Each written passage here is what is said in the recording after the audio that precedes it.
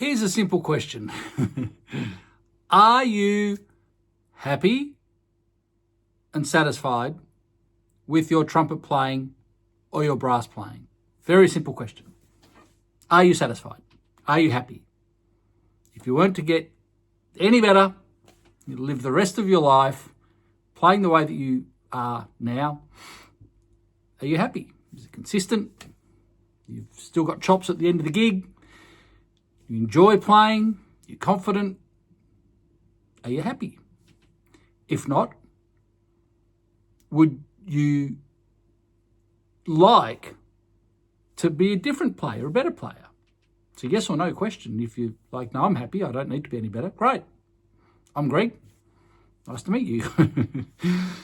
If you're not, what's the problem and how bad is it? What do you want to do about it? Now, a little bit about me. Travelled the world for 30 years as a professional trumpet player, and I've been teaching and learning because the original traditional books that I was learning from ended up creating more confusion and frustration with trumpet playing than anything in the whole world. And I could not get the answers that I wanted. Not that there's anything wrong with the books. It was the clown behind the instrument trying to figure out what the books meant.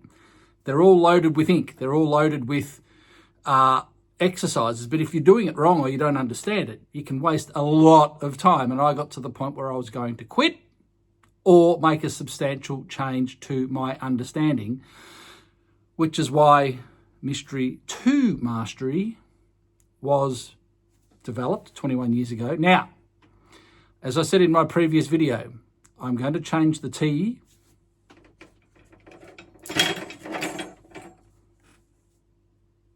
to a 2. And this is kind of funny, and I'm going to explain why this is so relevant for trumpet playing. I'm calling it out. I've been doing this for a long, long, long time, and I'm considered a snake oil salesman from lots of people because they don't understand what I'm doing. And I'm going to share it with you today, and I'm going to make you a better trumpet player today if you're not happy, right now, right here. If there's a problem, you're not happy, you've got an issue with your playing, we can fix it. We can fix it right now, okay? And as those that know me in the professional world, when I want to achieve something, I will achieve it. The last lesson I said, I'm changing that to a 2. Last video, I'm changing that to a 2 from the T. And I've done it because I don't just say words, I take actions. I decided to teach myself golf left-handed through COVID as a neuroplasticity project. After I'm a terrible golfer right-handed, never had lessons. After 12 months, I was in Inside Golf, which is a national magazine, Tiger Woods on the front cover. Playing left-handed. I learned golf with my eyes closed on a balcony, filming myself, watching lots of professionals, knowing what to do, knowing what it looks like, filming myself, finding all the errors that I was making and fixing it. Don't do that, Greg. That's not it. Do this. I don't care where the ball goes at the moment. Just learn the process first, and then we'll see where the ball goes later. That's sort of the micro part. The macro part's learning the fundamentals of the swing. Do that lots. After 2 years, B-grade club champion at Perugian Springs Golf Course here on the Sunshine Coast. I do stuff and I get it done because I like achieving things. And if you want to achieve things, especially on the trumpet, here we go. So I'm calling out a lot of the methodology, a lot of lessons, because there's a lot of confusion, there's a lot of contradiction. And I'm going to cut through it right now and say to you up the front, right up the top here, that if you want to make a change in your playing and you want to do it now, you can do it in under an hour at mysterytomastery.com with 10 simple, powerful, proven steps. Okay, I'm not going to go through it all here right now with you. I'm going to give you a couple. But if you seriously want to change, and people go, you're trying to sell me into a subscription. No, I'm not. I'm trying to give you 7 days of hopefully the best lessons you've ever had. You won't know until you try it. I hated pineapple on pizza until I tried it, and it turns out it's delicious. I know some of you don't like pineapple on pizza. Not everyone's going to come along and go, oh, he knows what he's talking about, because they won't take the time to try it. So let's start with a couple of undeniable facts. Every single person on this planet, if they have a mouth and a finger and some lungs, has the strength to play the instrument. undeniable. How do you say that, Greg? Well, let's prove it. If I get you to put your finger between your lips and just relax, let the air fall out. Everyone can do this. Okay? Now, if we do the lips up to the finger, now don't do it more than you need to, but do it enough to not have a leak. That's the orbicularis oris working, and it's working, activating the corners inwards. Ooh. Now, we've been taught to buzz, and watch what happens. Bottom lip rolls over, mouth goes out. That's everywhere. 9 people out of 10 that I see do that. So if I get you to say T for 2, T for 2, T, 2.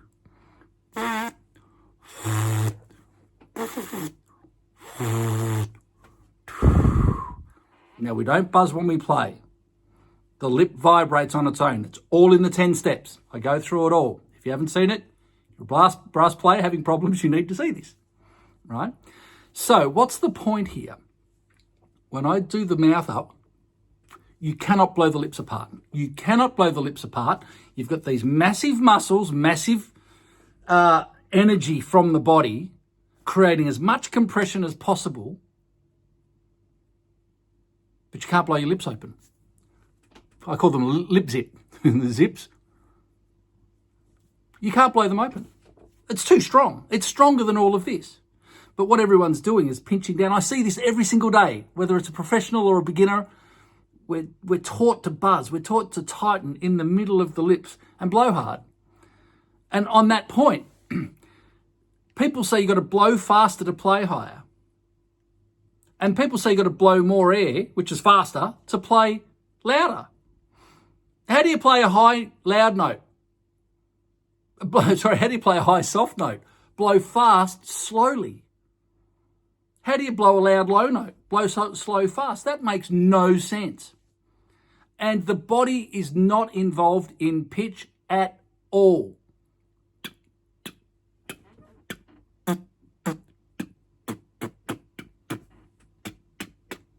Everyone can do that. Everyone can do that. So then, if you do this now while you're watching this video, body's not involved.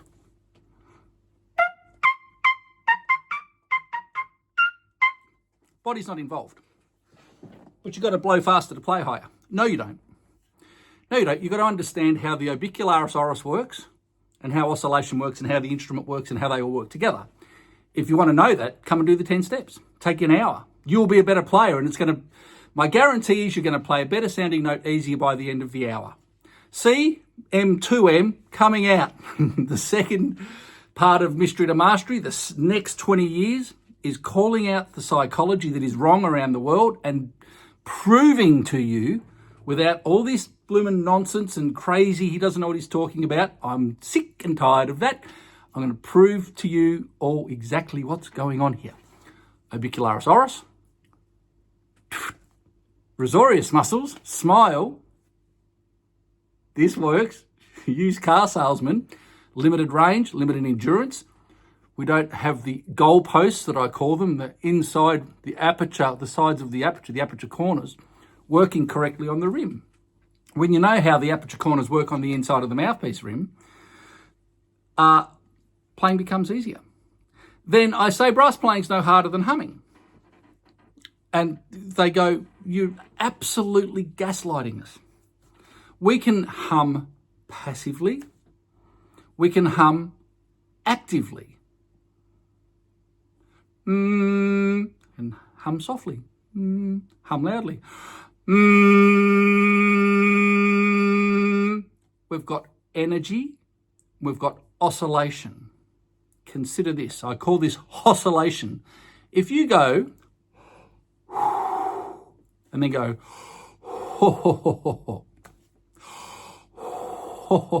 now, it's not natural, but it's possible to add an oscillation point over an energy flow.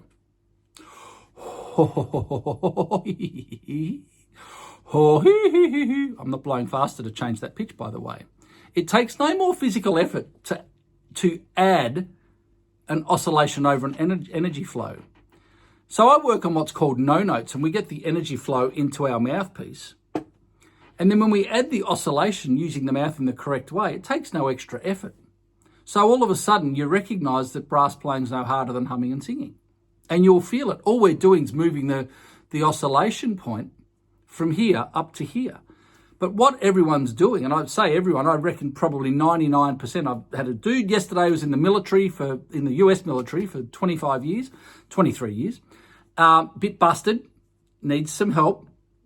This is the opposite of everything I've heard. He's seen my stuff for a while, took a while to take the plunge. I hear that all the time. I call myself last resort Spence, right? I've tried every other book. I keep hitting the ceiling in the same place because I'm using all these different methods, but I keep hitting okay, I'm that busted. I'm that frustrated. I might take the plunge. Talk to Spence. Well, don't wait.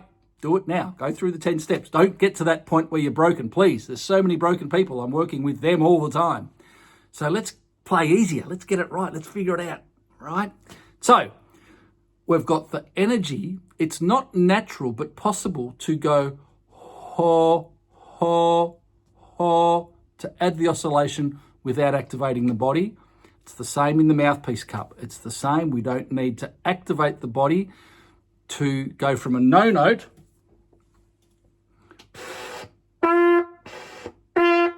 everyone can do this, right? But there are things going on with the mouth and inside the cup and inside the body that I need to share with you. I'm not going to turn this into an hour and a half lesson because not everyone's sitting down in their studio watching a video about to practice. You can do it for free for 7 whole days at the website. I charge $200 for a 1 hour lesson and change people's brains completely. But this is $15 a week, 7 days, 24 hours of free lessons. And you have it for 7 days. And then if you stay, you can stay for a month. Well, the smartest thing you can do is stay for 12 months, and you will not know how good you are at trumpet by the end of the 12 months because it'd be so easy and so opposite of everything you've ever heard and so easy to play. It will blow your mind. Or you can say I don't like pineapple on pizza without ever trying pineapple on pizza. Right, so then when we're humming, I can go, I didn't blow to play over 2 octaves. It's ridiculous. Then if I activate, if you were here, I'd put your hand on my abdominal wall. You won't feel anything activate at all when we're playing in the upper register. Then if I start humming actively,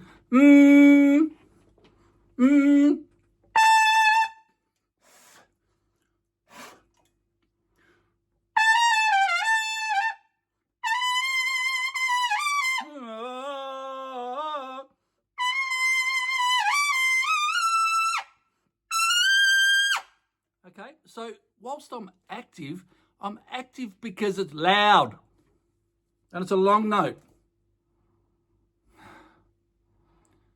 The mouth inside the cup changes the pitch. The body has nothing to do with it.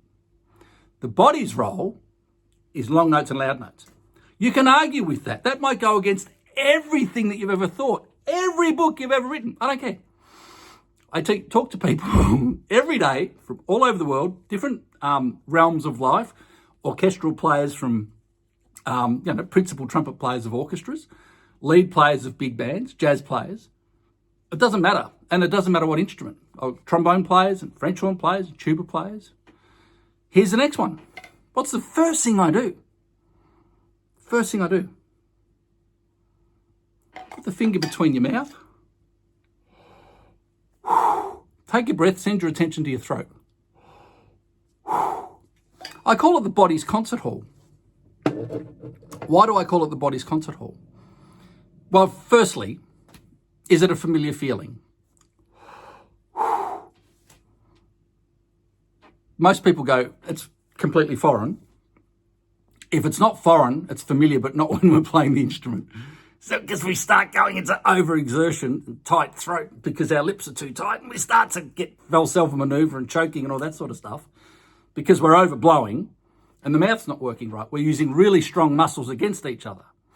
Okay, so if this is an unfamiliar feeling when you're playing or even when you do it like that, that's where you're going wrong. And I call it the body's concert hall. Why do I call it that? Because I don't think about putting air out through the sound out through the air. Sound out through the air? Sound out through the bell. I don't think about that. I don't think about projection as being active, blowing out there like everyone does and they overblow. The way to make this sound amplify and project is to open up back here. We're not blowing through the instrument. The instrument's got air in it already. We are just energizing the air that's in the pipe. But what happens below about a high C or D, we put the air into the pipe, it hits the bell, there's a reflection because of the change in air pressure from inside the pipe and outside the pipe, then the energy wave comes back into what I call the body's concert hall, because I'm releasing energy and I'm letting the sound back in. It's the opposite of blowing out. I literally open, if I was to poo attack, I'm not blowing. It's like letting the air out of a balloon.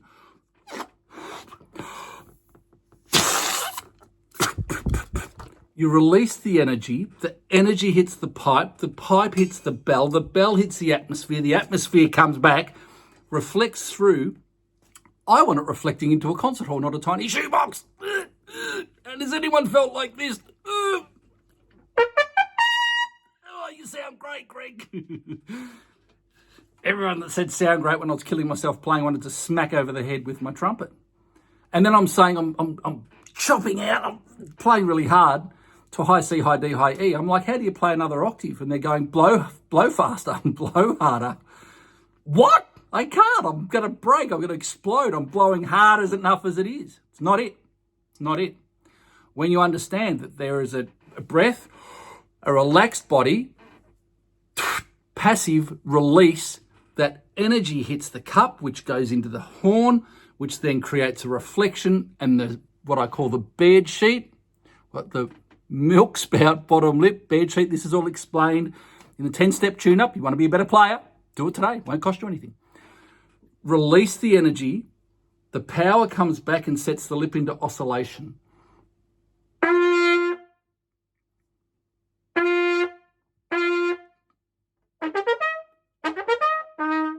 Right? I see this all the time. We've got to play. Check it out next time you got to play something. Why do we do this? I call it the meerkat when we breathe. Why? Lungs are here. Air in, relax, let it out.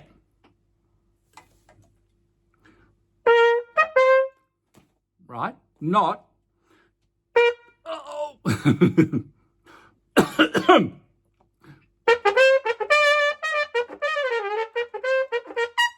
Okay?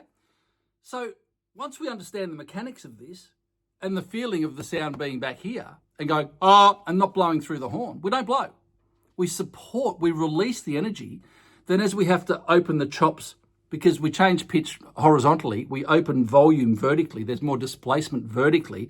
Horizontal is pitch, vertical is flow and volume. Horizontal is pitch, vertical is volume.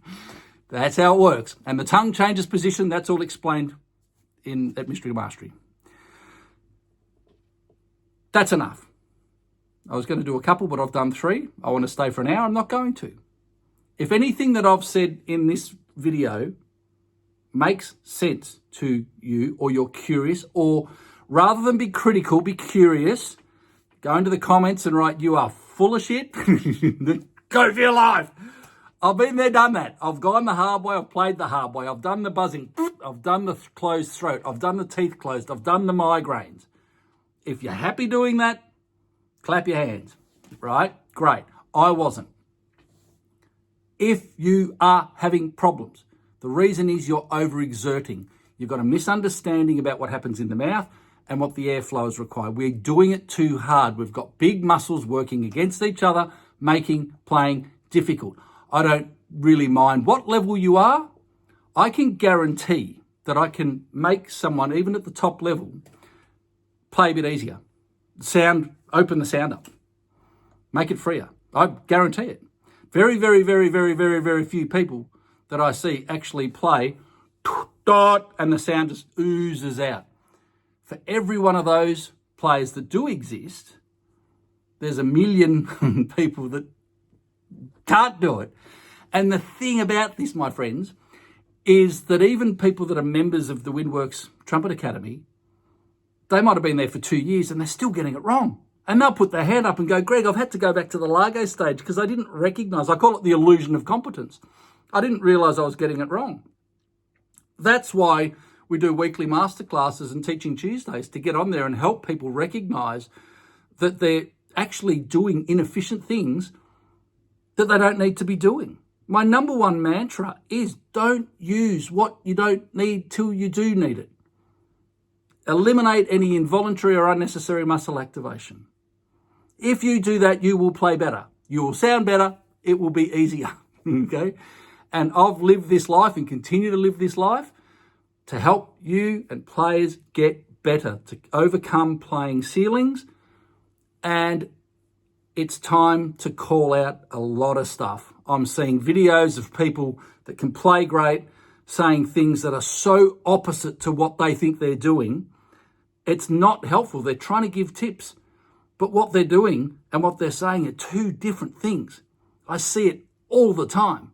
Buzzing, range, what the body has to do. I'm strong and I'm blowing really hard. Range comes from the body. No, it doesn't. No, it doesn't. No, it doesn't. That's not the way Bernoulli said it works. And that's not the way, physiologically speaking, it's not the way it works. The tongue arch is not what changes pitch. It's involved, but it's not what changes pitch. There's so much sort of contrary information. So if you are confused or you don't know what to practice, you're about to sit down and do a practice session, you don't know what you're going to practice, or you are practicing, if you're working from a book, are you doing it right? Are you doing it efficiently? If you're having problems, maybe the process that you're using with your Schlossberg or your Caruso or your stamp or whatever, I've done them all. If you're having problems, it's the way that you're approaching the ink. There are things going on inside the system that you're not recognizing. And that's what I do. I help people diagnose their problems and offer solutions. And it's all based on training the brain. The feeling of playing, the brain does not learn from hearing. It doesn't learn from seeing, reading books. It hasn't learned how to do it. We're doing a physical motion. So we have to train the feeling of that physical motion. And I'm going to finish with this. The traditional teaching is, someone hears a sound, as a beginner, you try and copy the sound. Or you have a teacher that says, copy this sound.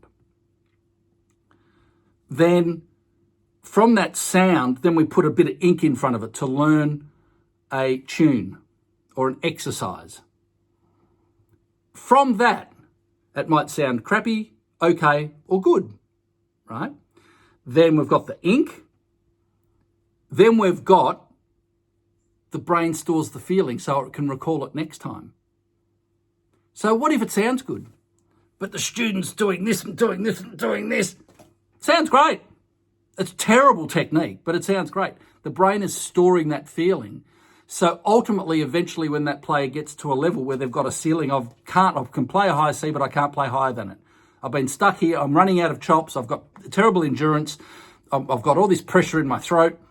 But it's okay because it sounds good. Okay, you can do that if you like. I was like that, and I wasn't happy. I wasn't satisfied because I'm seeing all the great players in the world going, I want to play like them. What am I doing wrong? So I had to put all the books aside and understand that the brain learns from the feeling. So the way that we should be doing it, if we had a flow chart, traditional way is sound, ink, store feeling. It's asked about. We learn the feeling first, then we gradually add sound without compromising the feeling. Then we add notes, music, ink, or improvising, whatever the case may be, without compromising the sound and the process. You can criticise that all day long and you can send me hate mail. I don't care, because it's just logic. And the reality is, we show the brain the most efficient way to do it. We get the logic part of the brain on board. We have the experience, and we change our playing forever. We've got knowledge, we've got integration where everyone goes wrong, and we've got the experience. Now, we could have an experience that sounds good, but the technique's terrible, but it's stored forever until we run into problems. So how about we gather the knowledge, the information, and then go, right, how do I integrate that into my playing? We do the drills. We know what we want it to feel like. Then we slowly add sound and have the experience ultimately of freer, easier playing and a better, more open sound 100% of the time. So if you want to play the best sounding, easiest note you've ever played in the next hour, maybe, in the next week, probably, in the next month, definitely, go to Mystery to Mastery. Follow the things, have a look at the testimonials if you want to, great. Have a look at all the great players that have said wonderful stuff, fantastic. Have a look at the users that have said stuff, excellent. That's not going to help you, but it might get your belief system on board to go, he's not a snake oil salesman. This might actually work. I might take the plunge, taketheplunge.com, right? Try things a bit differently, because it's what Einstein said, don't use the same, along the lines of paraphrasing of, don't use the same thinking that caused the problem to try and fix the problem, right? You cannot fix the problem with the same thinking that you used that caused the problem. So let's change our thinking and get better results. There's no issue with going, oh, I didn't know that. Because 100% of the people that have lessons with me is that's the opposite I've ever heard, but it works. Okay, great. You can keep doing what you're doing. Mystery 2, second installment. We've got 20 years of calling it out. Mastery. Not Mystery 2, Misery, Gianni Marinucci. Not Mystery to Mediocrity, Pete Olstead. We don't want to be mediocre. We don't want misery. We want mastery. And there's nothing wrong with getting people moving towards mastery. Do we ever get there? No. But let's work on getting better and better and better with good information delivered. It's good fun. It's easy to follow, and you will get better. Okay, and if you want to go all the way to absolute mastery, this will help, because you'll be able to diagnose where you're getting off track, where you're going off wrong. So on that note, brass people, have a wonderful practice session next. Ideally, you'll be in your practice room, you'll have a video on and someone showing you exactly what to do and how to detect things that you might be doing a little inefficiently. I hope you have a wonderful brass playing day. Great day. We'll see you at mysterytomastery.com. Don't wait. See you there.